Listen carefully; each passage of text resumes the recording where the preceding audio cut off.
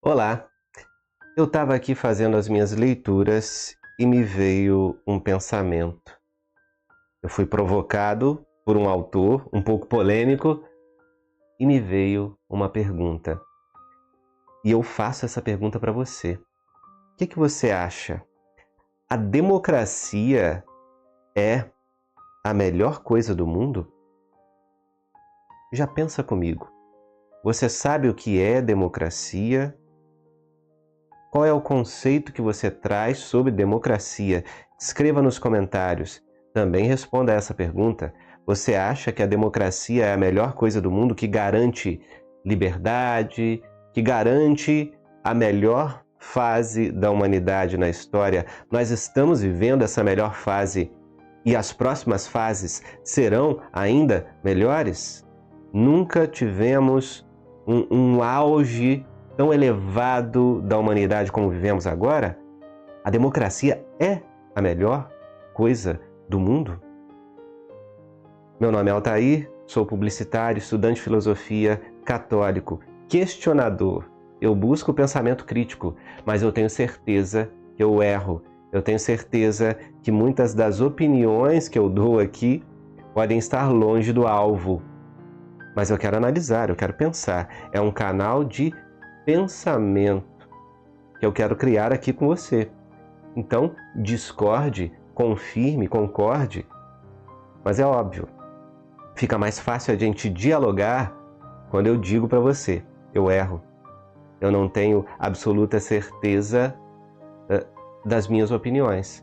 Mas claro, eu estou analisando, estou prestando atenção e tenho percepções, eu quero partilhar isso com você, né?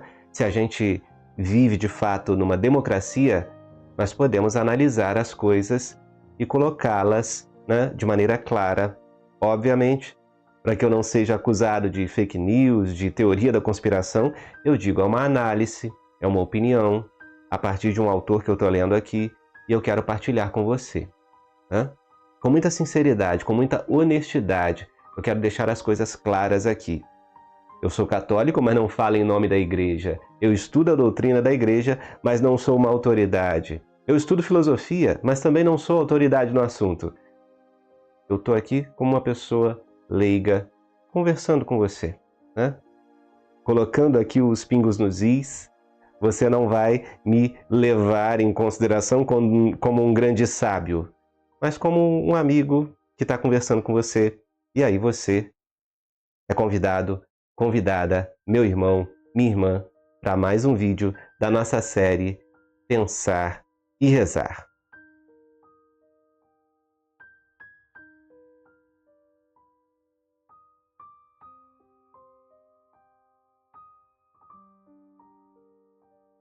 E é pela graça de Deus que nós estamos aqui reunidos em nome do Pai, do Filho e do Espírito Santo. Amém.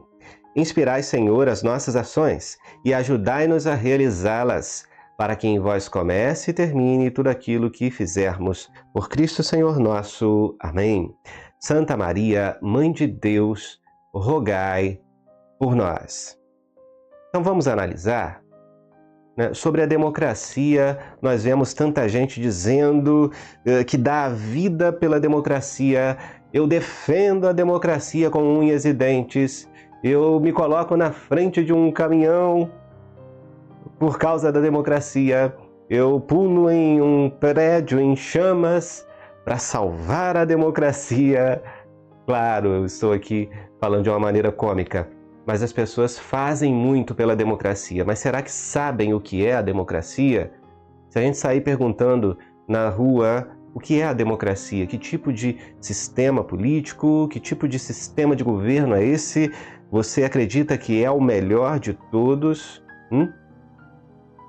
Inclusive nós vemos pessoas que são presas, perseguidas, censuradas por ameaçarem a democracia, né? Pessoas que são um risco à democracia.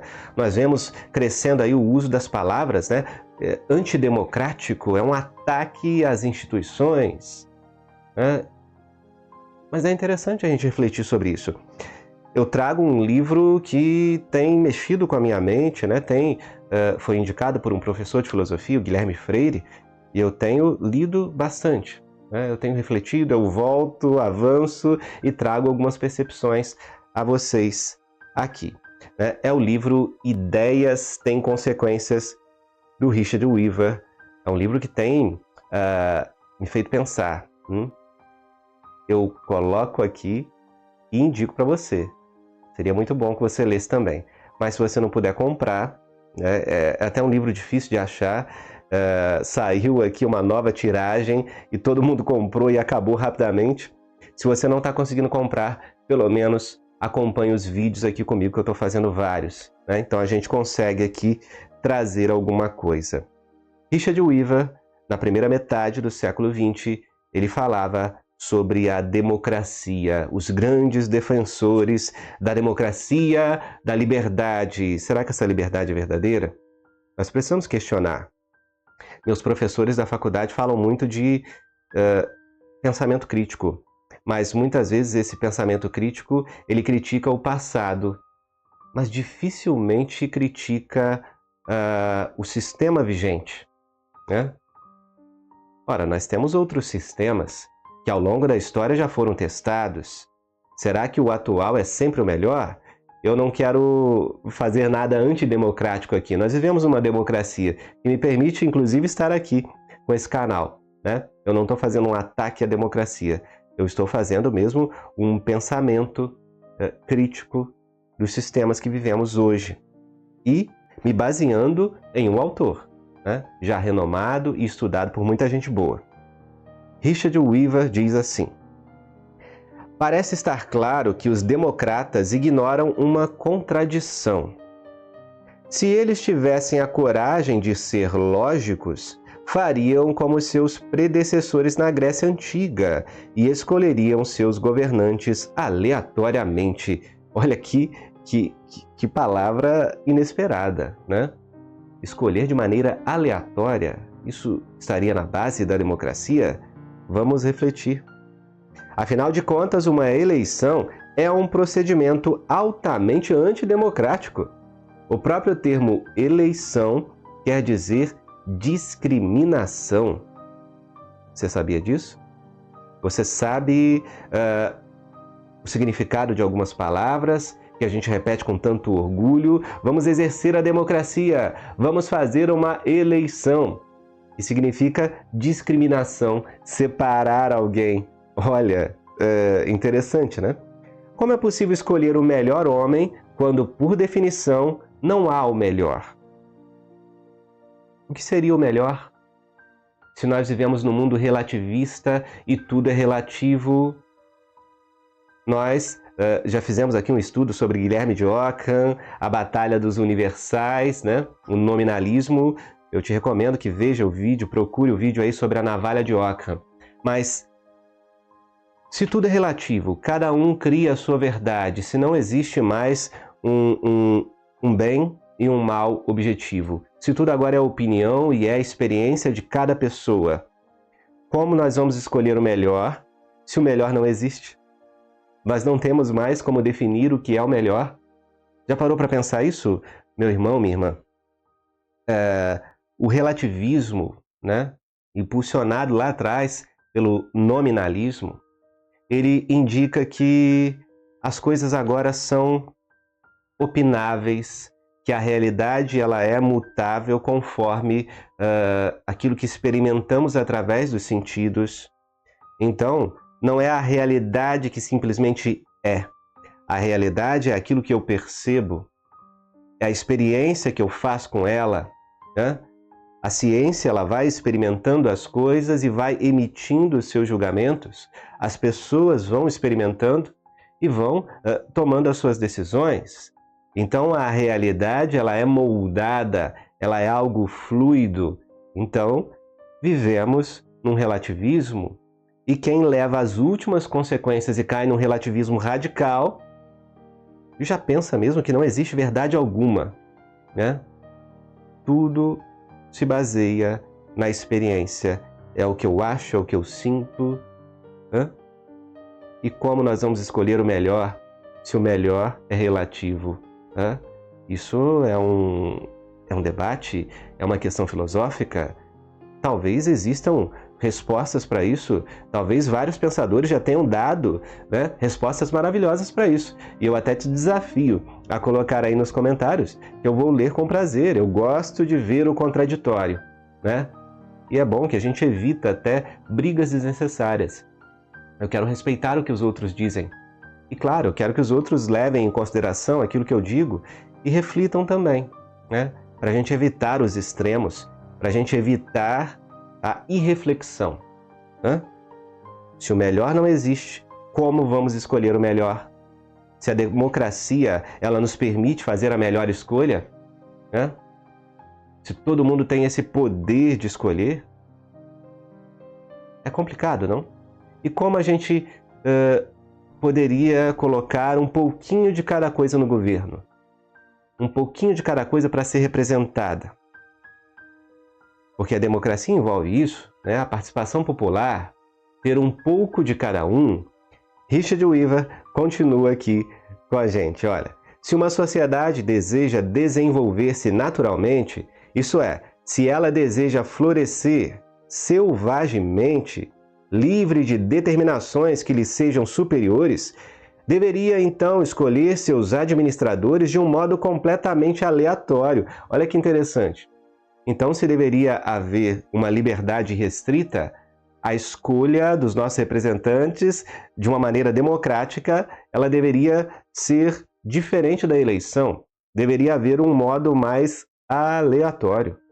Que curioso, não?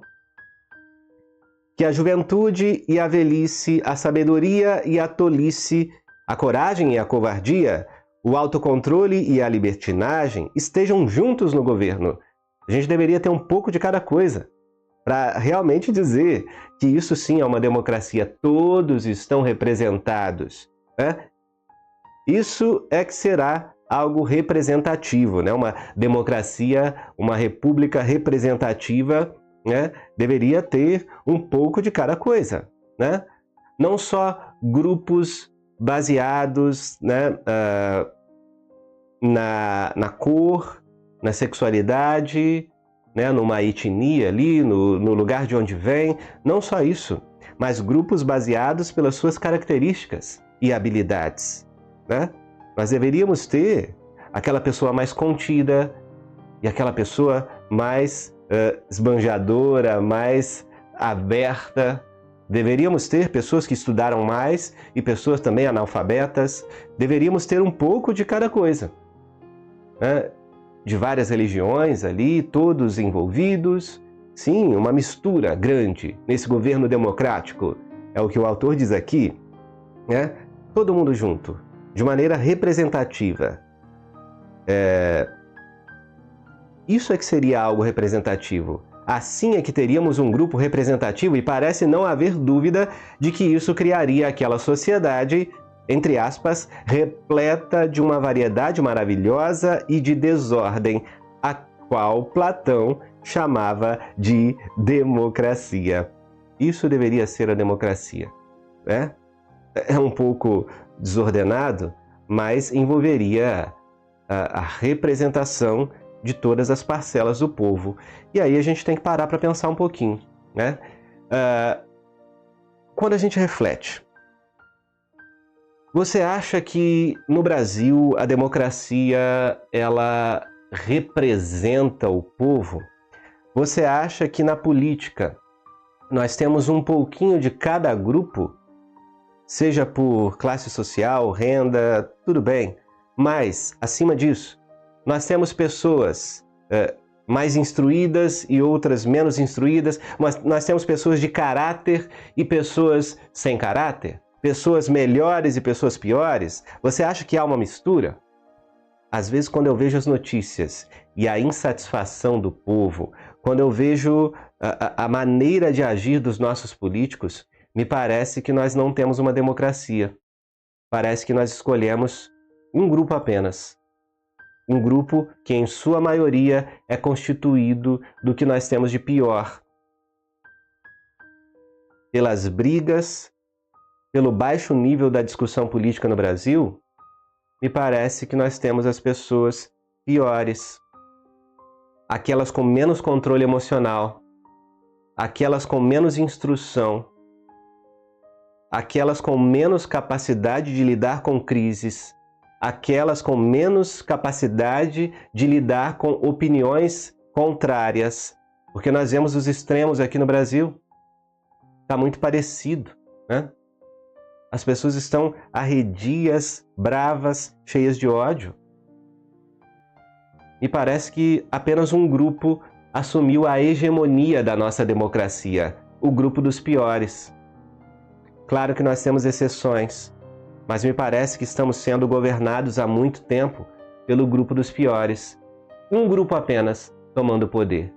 Seja de esquerda ou direita, nós estamos com os piores. Você não tem essa percepção? Pensa comigo, né? Às vezes me parece que a nossa democracia ela tem um sistema de pesos e medidas onde uma população que já está, né, degenerada, que já caiu, né, nos vícios, ela é levada pelo que há de pior em todas as ideologias, em todos os espectros políticos. Pode parecer um pouco duro, eu posso ter arranjado uma briga com gente de direita e de esquerda ao mesmo tempo, mas a nossa democracia parece escolher o que há de pior. E, na verdade, uma democracia, de fato, ela teria uma mistura de coisas boas e ruins, né? Aqui o prato da balança parece estar pendendo demais, né, um grande peso nas coisas ruins. Isso a gente vê em todas as pesquisas, a insatisfação, a gente vê, né, como que o povo está sofrendo nas mãos de políticos que eles mesmos escolheram, mas que não os representam. Foram enganados, né? Olha, mas existe aqui um contraponto que o Richard Weaver traz para nós, né? Então vamos pensar. Todavia, devemos acrescentar uma nota de rodapé ao modo como os gregos praticavam a democracia. Tem muita gente que critica, né, a democracia grega, né? Nem todos eram considerados cidadãos. Temos aí as ressalvas, isso é importante falar, né? Inclusive não está escrito aqui, mas eu vejo em outras obras, a gente vê, né, essa reflexão sobre a democracia que não era tão perfeita e representativa assim. Mas haviam instrumentos interessantes para garantir a existência da cidade, das leis do governo. Veja, havia determinados funcionários públicos da mais alta importância, os quais eles consideravam conveniente escolher por meio de uma eleição. Esses eram, como podemos supor, os strategoi, homens de estratégia, os comandantes militares. Os gregos compreendiam o seguinte: já que a existência mesma do Estado dependia daqueles, e já que um general deveria ter habilidades, nesse ponto era mais conveniente considerar as diferenças e reconhecer que em momentos de emergência a autoridade recai, ou deveria recair, sobre os que têm conhecimento. Então aqui a gente vê uma estratégia interessante dos gregos na democracia deles, né? Para a manutenção da ordem, para a manutenção da nação, alguns cargos deveriam ser ocupados por pessoas capacitadas. Deveriam escolher os melhores. E aqui não há relativismo nenhum, porque, obviamente, há pessoas mais capacitadas para uma função e outras menos, né? Numa guerra, com todo respeito a qualquer pessoa, a qualquer função, a qualquer profissão, mas se a gente não coloca alguém experimentado, né, na estratégia, na atividade militar, alguém que tenha força mental, força física, como uma nação se protege no momento de crise?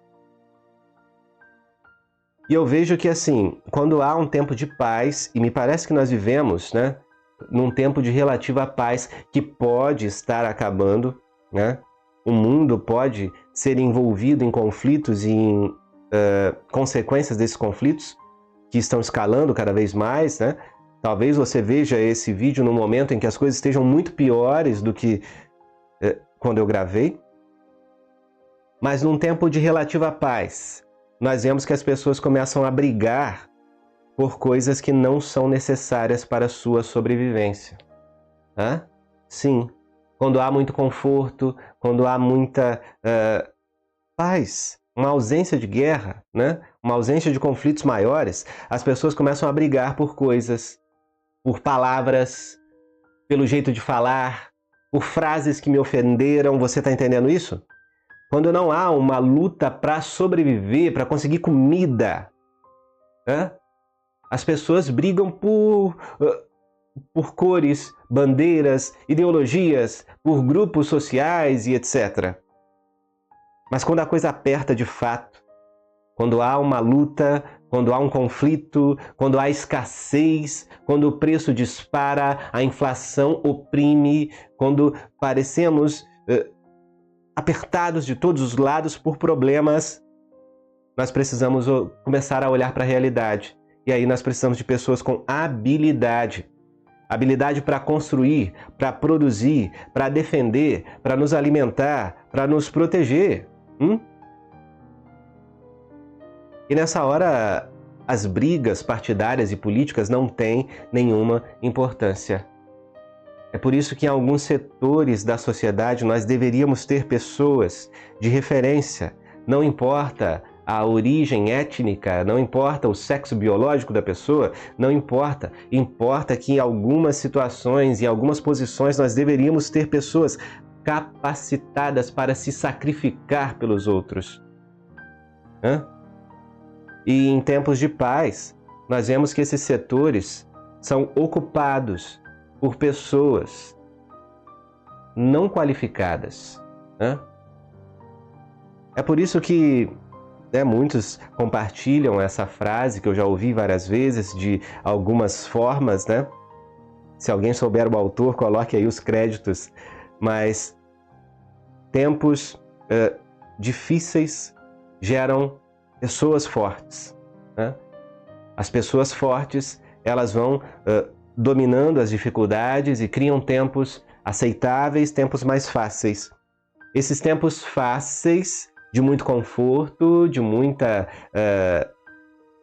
coisa sobrando, ou de muito prazer, esses tempos fáceis criam pessoas fracas. E essas pessoas fracas vão criando novamente, numa decadência, vão criando tempos difíceis.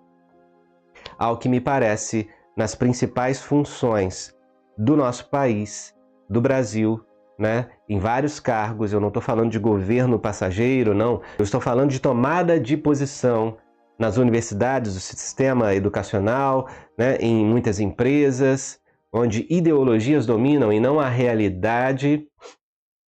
Eu vejo que sim, nós estamos sendo governados, nós estamos sendo encabeçados, guiados por pessoas fracas que estão conseguindo com sucesso. Me parece que os tempos difíceis já estão voltando. Eu estou falando de tempo difícil de verdade. Não é sobre problema criado, não. Eu estou falando quando a vida está em risco. Eu estou falando quando as estruturas da sociedade estão em risco. Eu estou falando quando a vida espiritual ela é deixada de lado. Eu estou falando quando valores são vendidos. Quando a gente entrega a nossa salvação na mão dos outros. Quando a gente se vende. Falando que as coisas podem piorar. Mas isso é só um alerta. Não quero ser pessimista aqui. E é uma reflexão minha. Você pode discordar completamente, meu irmão, minha irmã. Mas, falando em democracia, me parece que o próprio Jesus Cristo, ele foi condenado num processo democrático. Foi quase como que um plebiscito que Pilatos fez ali com uma parte do povo que estava ali, subornada por sacerdotes corruptos. Olha o que a democracia permite, Uma maioria ela pode ser comprada. Uma maioria pode ser dominada pelas paixões, pela inveja que sentia de Jesus, Então, me parece que Jesus foi condenado numa espécie de plebiscito.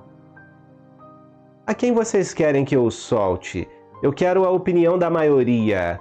Eu respeito a democracia, então vamos lá, isso aqui é um plebiscito moderno. Vamos fazer aqui uma espécie de consulta pública. A quem vocês querem que eu solte? A Jesus ou a Barrabás? E aquela maioria democrática escolheu soltar Barrabás quando Pilatos perguntou: o que eu vou fazer com este? Com Jesus? O povo gritou: crucifica-o, crucifica-o. É a opção dessa maioria democrática. Ali na Bíblia nós vemos, né, um sistema democrático funcionando, né? A escolha da maioria. Como que a maioria pode fazer péssimas escolhas, não? Aqui no Brasil nós não estamos vendo isso com uma certa frequência? Hã? Então quando você começa a pensar, né, esse modelo democrático é o melhor de todos? Se você se pergunta isso, se você pergunta num local aberto, como eu estou fazendo aqui num vídeo, é só uma pergunta, eu não estou acusando ninguém. Mas será que isso pode ser já considerado um crime antidemocrático? Será que eu posso ser considerado um espalhador de fake news que deve ser censurado? O que você acha? Eu sou perigoso? Eu só peço a graça de Deus para que nós tenhamos senso crítico e não sejamos confundidos, porque o próprio Jesus já avisou, né? E a própria palavra de Deus também avisa em vários momentos. Precisamos reconhecer os sinais e precisamos ter cuidado, porque muitos falsos doutores, falsos mestres vão se levantar num tempo de grande confusão. Então tomemos cuidado. Eu peço que o Espírito Santo de Deus ilumine a nossa mente, nos dê sabedoria, né? Inclusive me ajude a corrigir tudo aquilo que há de errado em mim, né? Essas reflexões que eu coloco aqui, que eu assumo que não são uma verdade absoluta, são apenas, né, reflexões, mas eu peço sabedoria nesse momento também, que a gente possa refletir para a honra e glória de Deus. Louvado seja nosso Senhor Jesus Cristo, para sempre seja louvado. Estivemos e permaneceremos reunidos em nome deste Deus, que é Pai, Filho e Espírito Santo. Amém. Você que chegou até aqui, clica no curtir, inscreva-se no canal, ative o sininho das notificações, compartilhe esse conteúdo para que mais e mais pessoas venham pensar e rezar conosco. Abaixo do vídeo encontra também o botão Seja Membro. Ali você ajuda o nosso canal e assiste antes os vídeos. Quando eu acabei de gravar, editar e programar, você já vê antes e ajuda financeiramente o nosso canal. Você pode também tentar comprar os livros, né? Esse Ideias Têm Consequências, eu coloco aí na descrição, né? Vamos ver se vai ter, né? Para você comprar, que tá difícil de encontrar esse livro. Mas os livros, produtos, né, religiosos e etc., se você compra aí na descrição do vídeo, você também ajuda a gente. A gente se vê no próximo momento de oração, reflexão, catequese. Não se esqueça de comentar. Deixe a sua opinião aí abaixo, né? Fique com Deus. Até a próxima. Tchau, tchau.